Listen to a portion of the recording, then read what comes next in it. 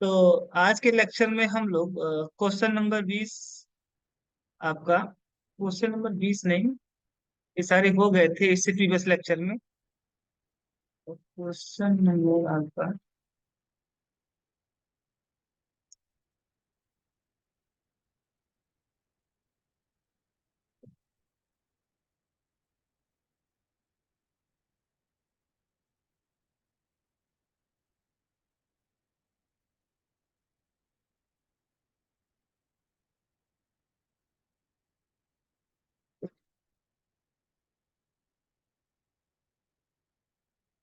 हाँ, question number 22 यहीं पे हमने कल छोड़ा था और यहीं से हम स्टार्ट करते हैं। क्वेश्चन नंबर 22 क्या बोल रहा है? 22। क्वेश्चन नंबर 22 बोल रहा है you are provided with fine white coloured powder which is either sugar और साल्ट। आपको क्या किया गया है? आपको एक वाइट कलर का पाउडर प्रोवाइड किया गया है। ठीक है, एक पाउडर है वाइट कलर का, वाइट कलर का एक पाउडर है। अब इस वाइट कलर पाउडर, ये जो व्हाइट कलर पाउडर है, यह आपका कोई साल्ट भी हो सकता है या कोई आपका शुगर भी हो सकता है।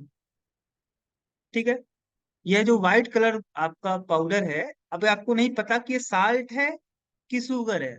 आपको करना क्या है? You how would you identify it without testing? इसे बिना टेस्ट किए हुए कैसे आप आइडेंटिफाई करोगे कि कौन साल्ट है? दिया गया आपका जो पाउडर है वह साल्ट है कि शुगर है? तो इसके देखो कई सारे तरीके हैं बिना टेस्ट किए हुए आइडेंटिफाई करने के। पहला तरीका तो यही है कि अगर आप क्या करते हो, इसे मान लो कि आपका जो व्हाइट पाउडर है, ठीक है, व्हाइट पाउडर आपका है, इस व्हाइट पाउडर को आप क्या करो, हीट करो। ठीक है, हीट करने पे अगर एक चार्ड हो जाता है, क्या हो जाता है? चार्ड। चार्ड का मतलब झुलस जाता है। झुलस जाने का मतलब हो गया, अगर ये क्या होता है, ये झुलसने का मतलब ये क्या होता है, आपका पिघलने लगता है। ठीक है, और जलने लगता है, पिघल के जलने लगता है। तो आप ये समझिए कि जो दिया गया आपका जो साल्ट था वो क्या है? शुगर है। अगर ऐसा नहीं होता है तो आपका दिया गया साल्ट क्या, दिया गया आपका पाउडर साल्ट होगा। या दूसरा तरीका ये है कि आप क्या करो, व्हाइट कलर का जो पाउडर है आपका, उसको वाटर में डिजोल्व करो और इसमें आप क्या करो, इलेक्ट्रिसिटी पास आउट कर दो। अगर यह इलेक्ट्रिसिटी को कंडक्ट करता है, अगर यह इलेक्ट्रिसिटी को कंडक्ट करता है, अगर कंडक्ट करेगा तब तो आपका साल्ट होगा। कंडक्ट करेगा अगर तो साल्ट होगा। अगर नहीं किया, नॉट कंडक्ट, इसका जो एक्वस सोल्यूशन होगा, इसका जब आप वाटर में सोल्यूशन बनाओगे इस व्हाइट कलर पाउडर का, इसका जो सोल्यूशन अगर आपका नॉट कंडक्ट इलेक्ट्रिसिटी, अगर इलेक्ट्रिसिटी को कंडक्ट नहीं करता है, अगर इलेक्ट्रिसिटी को कंडक्ट नहीं करता है, तो ये आपका जो साल्ट दिया गया है, यह जो भी आपका पाउडर दिया गया होगा, यह क्या होगा? शुगर होगा। क्या होगा? शुगर। ओके, तो इसके दो तरीके हैं। आप इसे क्या करो, एक स्पेचुला लो, ठीक है, और इसे स्पेचुले पे थोड़ी सी अमाउंट में आप सैंपल लो, जो भी आपका दिया गया है पाउडर, उसे आप हीट करो। अगर एक चार्ड हो जाता है, चार्ड मतलब झुलस जाता है, तो आपका क्या होगा? शुगर होगा। अगर ऐसा नहीं होता है, अनइफेक्टेड रहता है, तो ये क्या होगा? आपका साल्ट होगा। अच्छा, अगला क्वेश्चन क्या बोल रहा है? Calculate the number of mole of magnesium. आपके मोल की आपको निकालना है, मोल की संख्या, मैग्नीशियम के मोल की संख्या आपको निकालना है। कहाँ पे? Present in A magnesium ribbon, एक मैग्नीशियम दिया रिबन दिया गया है जिसका आपका वेट कितना है? 12 ग्राम है। ठीक है, molar atomic mass of magnesium इतना ग्राम दिया गया है। तो हम जानते हैं भाई, अगर मुझे नंबर ऑफ मोल पूछ रहा है तो हम जानते हैं कि number of mole equal to क्या होता है? Weight upon molar atomic mass, molar atomic mass. ठीक है, वेट कितना दिया गया है आपका? 12 ग्राम दिया गया है, और मोलर एटॉमिक मास इसका कितना होगा? मैग्नीशियम का 12 होगा। तो यहाँ पे आपका निकल के आएगा 1 मोल। यानी आपका जो मैग्नीशियम रिबन दिया गया है जिसका वेट 12 ग्राम है, इसमें number of mole of magnesium atom कितने होंगे? 1 मोल होगा। मैग्नीशियम एटम के मोलों की संख्या कितनी होगी इस 12 ग्राम रिबन में? तो वन मोल एटम इस 12 ग्राम मैग्नीशियम रिबन में प्रेजेंट होंगे। वन मोल एटम प्रेजेंट होंगे मैग्नीशियम के इस 12 ग्राम मैग्नीशियम रिबन में। ये भी क्वेश्चन आपका हो गया। अरे 12 ग्राम दिया है। हाँ ओ, यहाँ पे क्या है, मैग्नीशियम का एटॉमिक नंबर 12 होता है। मैग्नीशियम का एटॉमिक नंबर 12 होता है। एटॉमिक जो मास होता है वह 24 होता है। तो इसका मोल की संख्या कितनी आएगी? 0.5। सॉरी इसके लिए, आपका जो मोल की संख्या आएगी वो कितनी आएगी? 0.5 मोल आएगा।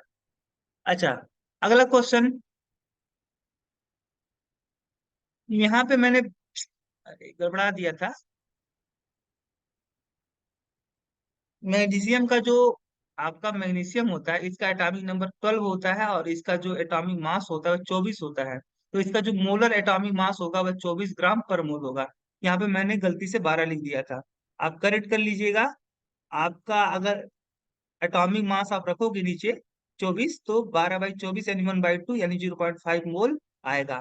तो इस 12 ग्राम मैग्नीशियम रिबन में आपके 0.5 मोल मैग्नीशियम एटम प्रेजेंट होंगे। यहाँ पे कह रहा है वेरीफाई बाय कैलकुलेटिंग दैट। आपको वेरीफाई करना क्या? 5 mole of carbon dioxide and 5 mole of H2O do not have the same mass. ठीक है। अब 5 मोल अगर कार्बन डाइऑक्साइड की बात कर रहा है तो इसका मास कितना होगा? क्योंकि मोल की संख्या कितनी दी गई है? 5 दी गई है। और आपका अगर CO2 है तो CO2 का जो मोलर मास होगा वह कितना होगा? 44। तो यहाँ पे हम जानते हैं कि भाई number of mole equal to weight upon molecular mass. Weight equal to क्या होगा? Number of mole into molecular mass. Number of mole कितना है आपका? 5 है। और आपका जो मोलर मास है वो कितना है? 54 है। तो यहाँ से आप कैलकुलेट करोगे तो 220 आपका क्या आएगा? 220 ग्राम आपका वेट आएगा। और यहाँ पे इस तरीके से आप कैलकुलेट करोगे 5 मोल ऑफ H2O। तो यहाँ पे नंबर ऑफ मोल क्या है? 5 है। और चूंकि ये H2O है, H2O का मोलर मास कितना होता है आपका? 18 होता है। तो यहाँ पे फिर वही फार्मूला लगाओगे, N equal to W upon M। तो W equal to N into M। N की वैल्यू 5, नंबर ऑफ मोल 5 दिया गया, मोलिकुलर मास कितना? 18 है। इसका जो वेट आएगा आपको 18×5 90, 90 ग्राम। तो यहाँ पे क्या बोल रहा है? हाँ, ये तो बात सही है। इसका जो मास है वो 220 ग्राम है। 5 मोल CO2 अगर आप लोगे तो उसका मास आएगा 220 ग्राम। और 5 मोल H2O लोगे तो इसका मास आएगा 90 ग्राम। यानी ये बात सही है, क्या है? ट्रू। दोनों का मास सेम नहीं होगा। यहाँ पे क्या कर रहा है? 240 gram of calcium and 240 gram of magnesium element have a mole ratio of 3,5। चलो देख लेते हैं क्या बोल रहा था आपका। 240 ग्राम आपका क्या है? कैल्शियम है। ठीक है। और 240 ग्राम आपका क्या है? 240 ग्राम मैग्नीशियम है। 240 ग्राम मैग्नीशियम है। अब देखोगे अगर आप यहाँ पे नंबर ऑफ मोल निकालोगे, number of mole of calcium, calcium के मोल की संख्या निकालोगे तो वेट अपॉन मोलर एटॉमिक मास। क्योंकि कैल्शियम क्या होता है? कैल्शियम का मुझे रखने पड़ेगा मोलर एटॉमिक मास, क्योंकि कैल्शियम का मॉलिक्यूल जो होता है वह कैल्शियम एटम ही माना गया है। ठीक है। तो यहाँ पे वेट कितना है? 240। अब कैल्शियम का आपका एटॉमिक मास कितना होता है? 40। यहाँ से यहाँ कट गया और यहाँ पे 6। यानी नंबर ऑफ मोल कितना आया भाई? 6 आया। कैल्शियम के मोल की संख्या, जो कैल्शियम है इसके मोल की संख्या कितनी आई है? 6। और इस केस में आपका मैग्नीशियम के मोल की संख्या कितनी आएगी? तो number of mole equal to weight upon molar atomic mass. तो वेट आपका 240 है। और मैग्नीशियम का जो आपका एटॉमिक मास होता है वह होता है 24। यहाँ आप ये आएगा आपका 10। तो अगर आप क्या लोगे, देखो अब मुझे पता चल गया कि भाई 240 ग्राम कैल्शियम में जो कैल्शियम एटम के मोल की संख्या है वह 6 है। और 240 ग्राम मैग्नीशियम में जो मैग्नीशियम के एटम की संख्या निकल के आ रही है वो 10 है। तो यहाँ पे क्या बोल रहा है? ठीक है। मोल रेशियो किसका किसका? कैल्शियम का और मैग्नीशियम का। तो कैल्शियम के मोल की संख्या और मैग्नीशियम के मोल की संख्या अगर आप का रेशियो लोगे तो कैल्शियम का 6 था और इसका कितना था? 10। तो 6 और 10 का रेशियो लोगे तो आपका यहाँ पे 3:5 आएगा। क्या ये बात सही है? सही है, यानी दिस इज आल्सो ट्रू। ये भी ट्रू था, ये भी ट्रू है।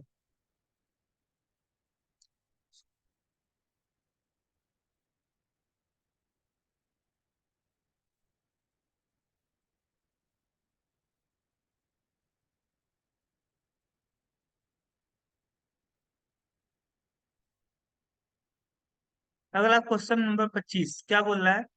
Find the ratio by mass of combining element in the following compound. एक कंपाउंड है आपका कैल्शियम कार्बोनेट। तो अब मुझे क्या करना है, ये जो आपको कंपाउंड दिया गया है, इस कंपाउंड में जो आपके एलिमेंट प्रेजेंट है उनका मुझे क्या निकालना है? Mass ratio. तो अगर मास रेशियो निकालोगे, तो चूंकि आप जानते हो कि इस पूरे कंपाउंड में आपका एक कैल्शियम एटम प्रेजेंट है, एक कार्बन एटम और 3 ऑक्सीजन एटम।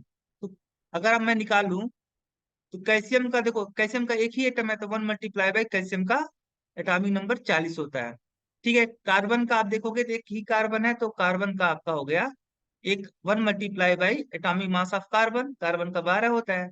और 3 ऑक्सीजन है, तो 3 × एटॉमिक मास ऑफ ऑक्सीजन जो कि 16 होता है। ये 40 आपका कैल्शियम के लिए, कैल्शियम का जो कंट्रीब्यूशन है वह 40 AMU है। कार्बन का कंट्रीब्यूशन कितना है? 12 AMU। और इसका कंट्रीब्यूशन, ऑक्सीजन का कंट्रीब्यूशन है 48 AMU। तो अगर आप रेशियो लोगे कैल्शियम का, यहाँ पे कैल्शियम, कार्बन और ऑक्सीजन का, इन तीनों का अगर रेशियो लोगे, मास का रेशियो, तो आपका 40 रेशियो 12 रेशियो 48 आएगा। और यहाँ से अगर आप करोगे तो आपका, आप क्या कर सकते हो, 4 से डिवाइड कर सकते हो। तो ये आपका 4 से डिवाइड करोगे तो 10 आएगा, ए आपका 3 आएगा, और ये कितना आएगा? 12 है। ठीक है, तो ये आपका जो एलिमेंट का जो रेशियो होगा, मास एलिमेंट का जो रेशियो होगा, मास रेशियो जो डिफरेंट एलिमेंट का निकल के आएगा, वो आएगा 10:3:12। यहाँ पे आपका सही है। ठीक है, इसी तरीके से आप मैग्नीशियम क्लोराइड में देखोगे तो मैग्नीशियम का कंट्रीब्यूशन 12 AMU का है। और दो क्लोरीन यानी 2 × चूंकि इसका कंट्रीब्यूशन कितना होगा क्लोरीन का? 2 क्लोरीन एटम है। यहाँ पे क्लोरीन एटम की संख्या 2 है, तो इसका जो कंट्रीब्यूशन होगा वह कितना होगा? 2 × एक क्लोरीन का कितना होता है? 35.5 यानी 71। ठीक है, इसका रेशियो लोगे मैग्नीशियम, इसमें कौन कौन से एलिमेंट है? मैग्नीशियम और क्लोरीन। तो मैग्नीशियम और क्लोरीन के का जो मास रेशियो लोगे, 12:71 आएगा। ठीक है, अभी सिंप्लीफाई नहीं हो सकता, तो यही आपका रेशियो निकल गया है। इसी तरीके से इसमें देखोगे तो इसमें आपका कार्बन का कंट्रीब्यूशन कितना है? क्योंकि कार्बन एटम की संख्या 2 है, 2 × कार्बन का, एक कार्बन का कितना होता है? 12 है, तो 24। ठीक है, 24 आपका AMU का कंट्रीब्यूशन है आपका कार्बन का। हाइड्रोजन आपके 6 है, तो 6 × एटॉमिक मास ऑफ हाइड्रोजन कितना होता है? 1, तो 6। ठीक है, और इसी तरीके से ऑक्सीजन के लोगे, तो ऑक्सीजन एक ही ऑक्सीजन है, तो 1 × एटॉमिक मास ऑफ ऑक्सीजन कितना होता है? 16। ठीक है, तो यहाँ पे कार्बन, हाइड्रोजन और ऑक्सीजन का मास रेशियो लोगे तो आपका निकल के आएगा 24:6:16। ठीक है, तो यहाँ पे आपका आ जाएगा 12:3:8। ठीक है, यहाँ पे हालांकि आपका नहीं, मेथनॉल में 12:3:8 सही है। इसी तरीके से अमोनियम देखोगे, तो अमोनिया में आपका दो एलिमेंट हैं, एक नाइट्रोजन एक हाइड्रोजन। ठीक है, यहाँ पे देखोगे तो नाइट्रोजन का एलिमेंट की जो संख्या है, नाइट्रोजन एटम की संख्या वह 1 है, तो 1, तो नाइट्रोजन का कंट्रीब्यूशन कितना होगा? 1 × एटॉमिक मास ऑफ नाइट्रोजन, जबकि क्या होता है? नाइट्रोजन का एटॉमिक मास 14 होता है, तो टोटल मास तो इसका 17 होगा। ठीक है, कितना होगा? 17, क्योंकि एक नाइट्रोजन है, तो 1 × एटॉमिक मास ऑफ नाइट्रोजन 14 है। और प्लस 3 हाइड्रोजन एटम, तो 3 × एटॉमिक मास ऑफ हाइड्रोजन कितना होगा? एटॉमिक मास ऑफ हाइड्रोजन 1 होता है, तो 14 + 3 आपका आएगा 17। ठीक है, 17 आने वाला है। तो नाइट्रोजन का कंट्रीब्यूशन कितना है? 14 का है, और हाइड्रोजन का कंट्रीब्यूशन 3 का है। तो अगर नाइट्रोजन और हाइड्रोजन का आप रेशियो लोगे, तो नाइट्रोजन का कंट्रीब्यूशन 14, हाइड्रोजन का कंट्रीब्यूशन 3, तो आपका निकल के आएगा, मास रेशियो जो निकल के आएगा 14:3। इसी तरीके से आप सल्फ्यूरिक एसिड में देखोगे,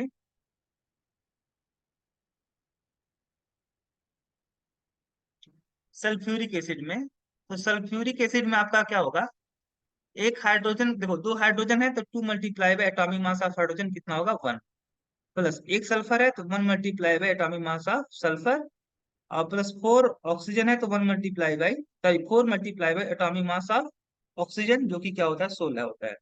तो 2 + 32 + 64, ठीक है। ये टू कंट्रीब्यूशन हाइड्रोजन के द्वारा दिया गया है, 32 AMU का कंट्रीब्यूशन सल्फर द्वारा दिया गया है, और 64 का ऑक्सीजन द्वारा।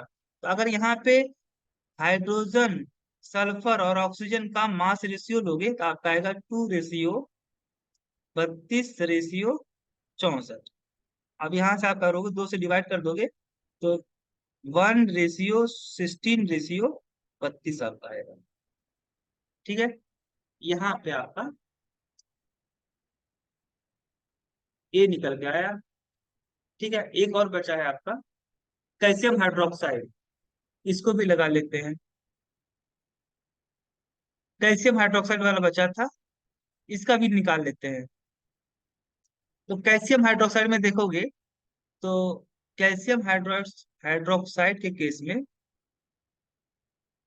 अगर देखो, इसमें एक आपका इसका जो टोटल मास निकालोगे तो कैसे आएगा, एक कैल्शियम एटम है तो 1 × एटॉमिक मास ऑफ कैल्शियम, जो कि होता है 40, प्लस, देखो अंदर इसको ले जाओगे तो इसको अगर अंदर ले जाओगे तो ये आपका 2 बन जाएगा, ये भी 2 बन जाएगा, यानी 2 ऑक्सीजन एटम है, तो 2 × atomic mass of oxygen 16, plus 2 hydrogen है तो 2 × एटॉमिक मास ऑफ हाइड्रोजन 1, आपका 40 + 32 + ठीक है।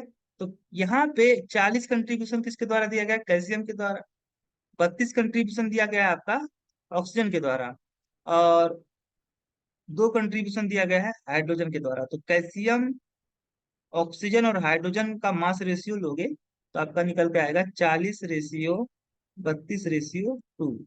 यहाँ से आपका 2 से डिवाइड कर दोगे तो ये आपका B20, 16 और आपका 1, ये मास रेशियो निकल के आएगा, ठीक है। तो ये भी आपका सॉल्व हो गया,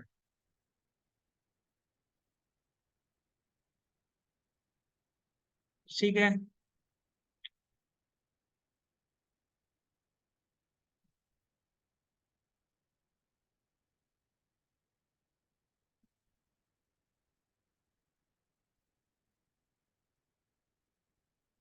अगला क्वेश्चन हमारा क्वेश्चन नंबर 16 है, क्या बोला है, calcium chloride when dissolve in water dissociate into ion according to following equation, ठीक है। अगर कैल्शियम क्लोराइड को डिसॉल्व करोगे वाटर में तो आपका एक कैल्शियम आयन अलग हो जाएगा और आपका यहाँ पे 2 क्लोराइड आयन बनेगा, क्योंकि जब कैल्शियम क्लोराइड देखोगे तो कैल्शियम क्लोराइड आपका इस तरीके से बना हुआ था, एक कैल्शियम आयन जिसपे आपका 2 नेगेटिव चार्ज था, यह आपका 2 क्लोराइड आयन से यहाँ पे इलेक्ट्रोस्टैटिक फोर्स ऑफ अट्रैक्शन के द्वारा जुड़ा हुआ था, क्योंकि कैल्शियम के ऊपर कैसा है, पॉजिटिव चार्ज, और क्लोराइड आयन के ऊपर नेगेटिव चार्ज। तो पॉजिटिव नेगेटिव के बीच में क्या होगा, अट्रैक्शन होगा। तो यहाँ पे कैल्शियम आयन और क्लोराइड आयन के बीच में जो फोर्स लग रहा है वह फोर्स होगा इलेक्ट्रोस्टैटिक्स फोर्स ऑफ अट्रैक्शन, जिसे हम लोग बोलते हैं इलेक्ट्रोस्टैटिक्स फोर्स ऑफ अट्रैक्शन। एक कैल्शियम आयन और chloride ion electrostatics force of attraction द्वारा क्या हुए हैं, जुड़े हुए हैं, इलेक्ट्रोस्टैटिक्स फोर्स ऑफ अट्रैक्शन द्वारा जुड़े हुए हैं, ओके। तो यहाँ पे अगर आप इसे वाटर में डिजोल्व करोगे तो ये क्या होगा, आपका कैल्शियम आयन अलग हो जाएगा, ये सारे आपके जो आयन है वो अलग अलग हो जाएंगे, तो एक कैल्शियम आयन आपको मिलेगा, और यहाँ पे ए वाला एक क्लोराइड आयन और ए वाला एक क्लोराइड आयन, यानी 2 क्लोराइड को मिलने वाला है, ठीक है। तो इस तरीके से डिसोसिएट होगा, कह रहा है calculate the number of ion obtain from the calcium chloride when 222 gram of it dissolve in water. कितना कैल्शियम आयन आपको कह रहा है कि calculate the number of ion, कितने आयन मिलेंगे अगर आप क्या करते हो, 222 ग्राम कैल्शियम क्लोराइड को वाटर में डिजोल्व कर दोगे, तो मुझे पहले सबसे पहले पता करना पड़ेगा कि ये 222 ग्राम कैल्शियम क्लोराइड में कितने मोल कैल्शियम क्लोराइड के मॉलिक्यूल प्रेजेंट होंगे। तो number of mole equal to weight upon molecular mass. तो number of mole equal to weight कितना दिया गया, 222 ग्राम। और कैल्शियम क्लोराइड का मॉलिक्यूलर मास कितना होता है, तो कैल्शियम क्लोराइड का मॉलिक्यूलर मास इक्वल टू, चूंकि एक आपका कैल्शियम आयन है तो 1 × atomic mass of calcium. Calcium का एटॉमिक मास 40 और प्लस 2 × तो क्लोरीन एटम है तो 2 × एटॉमिक मास ऑफ क्लोरीन कितना होता है, 35.5।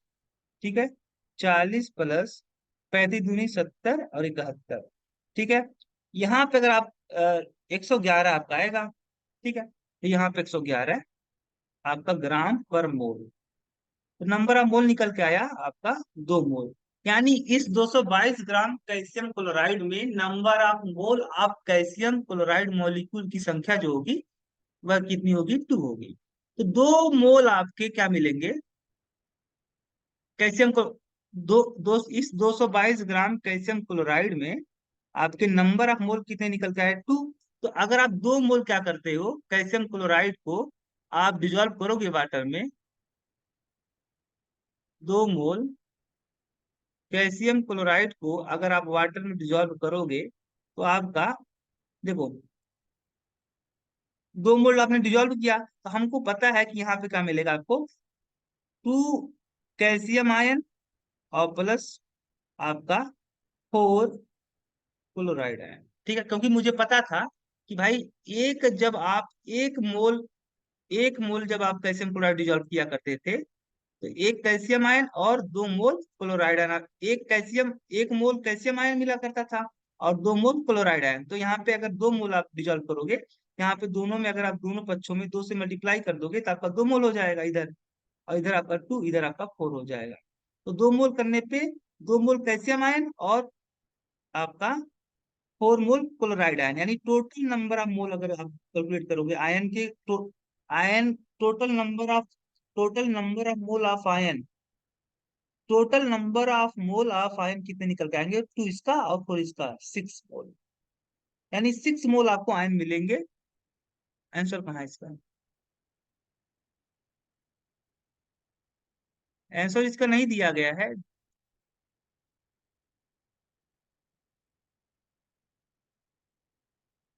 तो ठीक है, 6 मोल आयन ना अभी, 6 मोल आयन में आपको मिलेंगे 6 मोल आयन।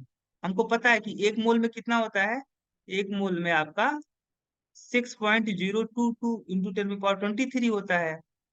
तो ऐसे 6 मोल की बात करेंगे तो हम 6 से मल्टीप्लाई कर देंगे, ये आपका 1 मोल है, 1 मोल।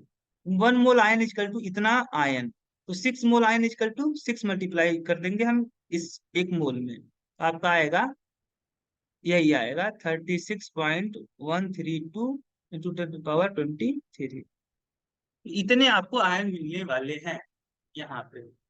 ठीक है,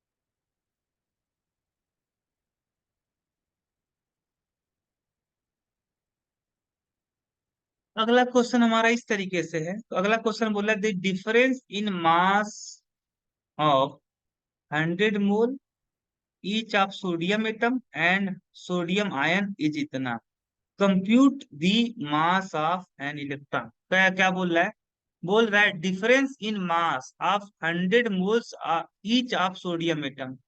ठीक है, आपको बोल रहा है कि 100 मोल, 100 मोल आपके क्या है, सोडियम एटम है। ठीक है, 100 मोल क्या है, सोडियम एटम है।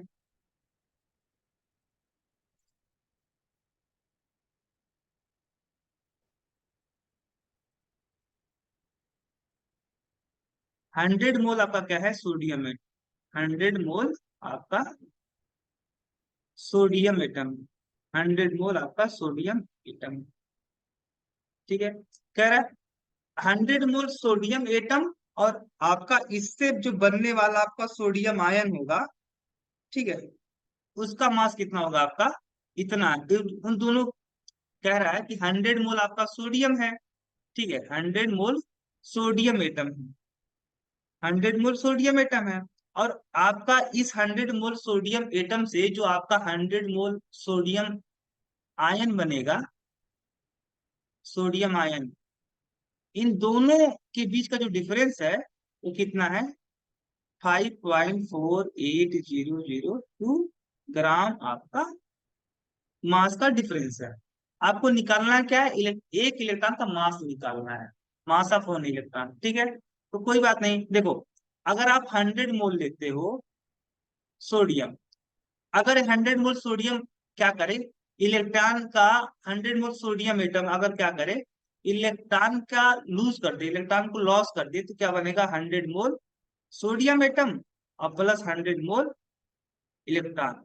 ठीक है, ऐसे बनेगा, क्योंकि मुझे पता है कि भाई 1 मोल, ये यहाँ पे जो आपका किसी एलिमेंट के सिंबल के पहले जो आपका नंबर लिखा जाता है, वह बताता है मोल की संख्या। तो 1 मोल आपका सोडियम एटम है, अगर आपका सोडियम, एक मोल सोडियम एटम अगर इलेक्ट्रॉन को लॉस कर दे इस तरीके से, तो आपका 1 मोल सोडियम आयन बनेगा और 1 मोल इलेक्ट्रॉन बनेगा। अब ऐसे 100 मोल अगर सोडियम एटम होगा, अगर ये 100 मोल सोडियम एटम आपका इलेक्ट्रॉन का त्याग कर दे, तो 100 मोल इलेक्ट्रॉन बनेगा और 100 मोल सोडियम एटम बनेगा। ठीक है, तो चूंकि यहाँ पे आप देख रहे हो कि law of conservation of mass के हिसाब से आप जानते हैं कि मास ना तो, law of conservation, conservation of मास, हम जानते हैं कि मास को न तो क्रिएट किया जा सकता है और न ही डिस्ट्रॉय किया जा सकता है। इस हिसाब से mass of product equal to mass of reactant होना चाहिए। आपका रिएक्टेंट क्या था, आपका रिएक्टेंट था 100 मोल सोडियम, रिएक्टेंट के तौर पे। तो mass of 100 mole sodium atom equal to mass of 100 mole sodium ion plus mass of 100 mole electron. इस law of conservation of mass के हिसाब से इसका जो मास होगा 100 मोल सोडियम एटम का, वह किसके इक्वल होगा, 100 मोल सोडियम आयन और 100 मोल इलेक्ट्रॉन के मास के समेशन के इक्वल होगा। तो यहाँ पे अगर मैं इस क्वांटिटी को क्या करता हूँ, इधर ले आता हूँ, किधर, इधर ले आता हूँ, लेफ्ट हैंड साइड, तो क्या होगा आपका मास ऑफ 100 मोल सोडियम एटम, और एक जब क्वांटिटी इधर आएगी तो माइनस हो जाएगा, मास ऑफ 100 मोल सोडियम आयन। ठीक है, इक्वल टू क्या होगा आपका, ए वाली क्वांटिटी इधर बच जाएगी, तो mass of 100 mole electron, 100 mole electron. अच्छा, इन दोनों देखो, 100 मोल सोडियम एटम और 100 मोल सोडियम आयन का जो मास का जो डिफरेंस है, वह कितना दिया गया है आपका, यहाँ पे इतना ग्राम दिया गया है। तो आप यहाँ पे लिख सकते हो कि भाई इसका यहाँ पे mass of 100 mole sodium atom और mass of 100 mole sodium ion का जो डिफरेंस है, मास का डिफरेंस वो है 5.4802। ये मास जो डिफरेंस है वो क्या है, 5.4802। ठीक है, इक्वल टू क्या है आपका,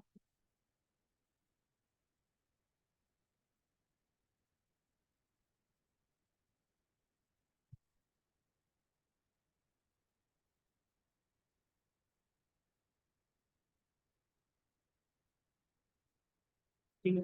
यहाँ पे अगर आप देखोगे तो आपका 5.5.48002 इक्वल टू क्या आएगा आपका,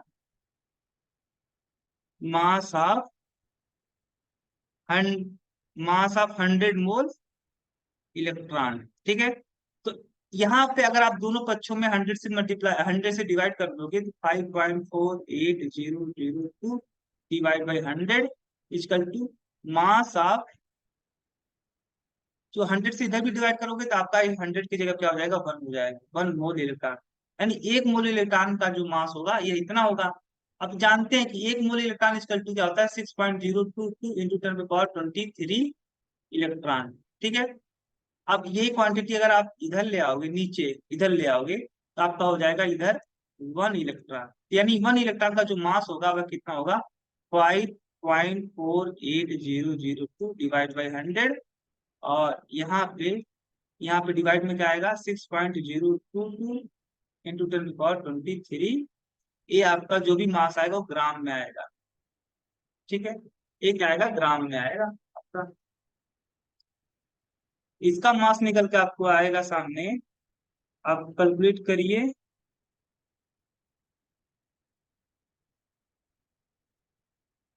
आप कैलकुलेट करिए, कैलकुलेटर का यूज करिए यहाँ पे। ठीक है। आपका ए वैल्यू आएगी, देखो 5.48002। ठीक है। इस 100 को मैं 10 की पावर 2 बना दूंगा और यहाँ पे जोड़ दूंगा।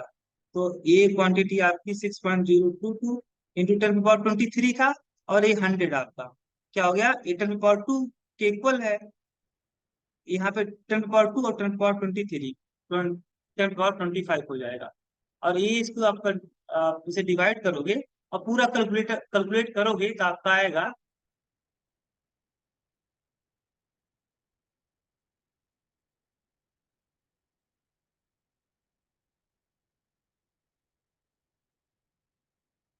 9.1 इंटू 10 की पावर -28 ग्राम आपका निकल के आएगा।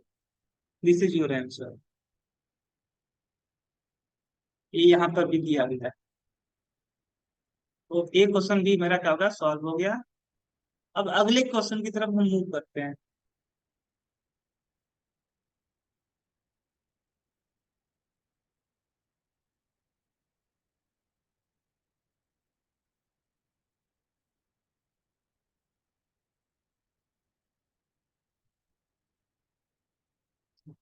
अगला क्वेश्चन मेरा क्या है, अगला क्वेश्चन है सिनेबार।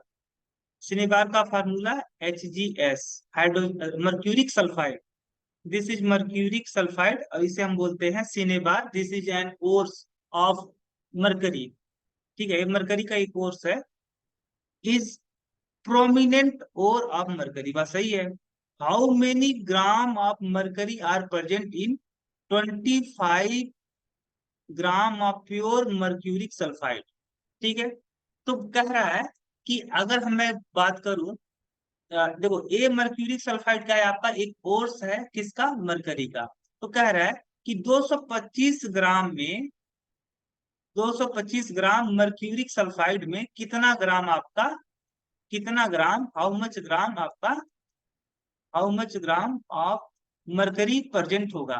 तो अगर हम देखोगे तो मरकरी सल्फाइड, इसका अगर मोलिकुलर मास निकालोगे तो एक मरकरी है, 1 × एटॉमिक मास ऑफ मरकरी,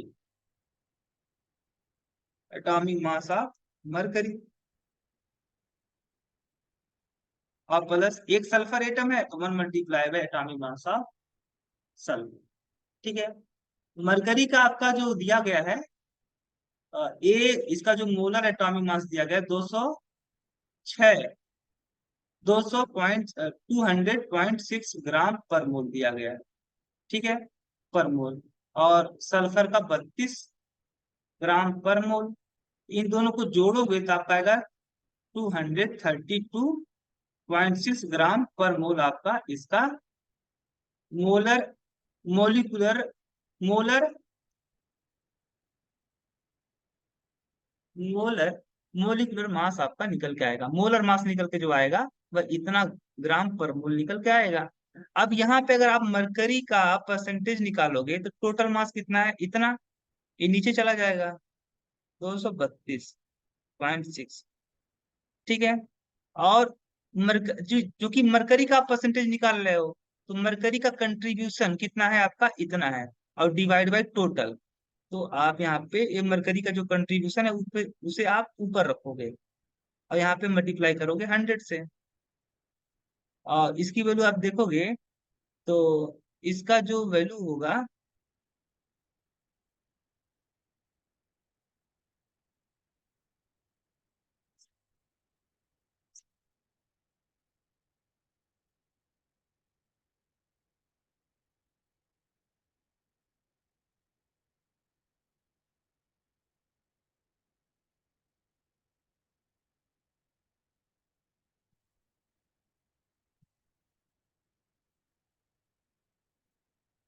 इसकी जो वैल्यू आ रही है वह 86.24 आ रहा है। 86.24 आपका आ रहा है इसका परसेंटेज। ठीक है, इसी तरीके से आप बात करोगे, देखो मरकरी का परसेंटेज इन मर्क्यूरिक सल्फाइड इतना है, तो इसी तरीके से यानी आपका, अगर आप बात करते हो 100 ग्राम आप मर्क्यूरिक सल्फाइड लोगे, तो उसमें 86.24 ग्राम आपका क्या होगा, मरकरी होगा। इसी तरीके से अगर आप